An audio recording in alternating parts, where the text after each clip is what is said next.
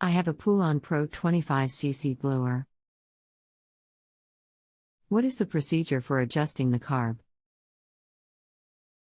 Which screw is for idle? I can't keep it running. It starts and dies immediately.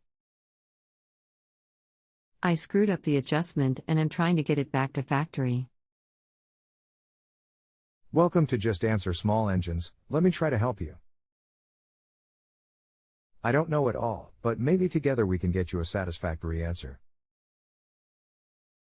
The idle screw is the external screw with spring that goes against the angled idle cam.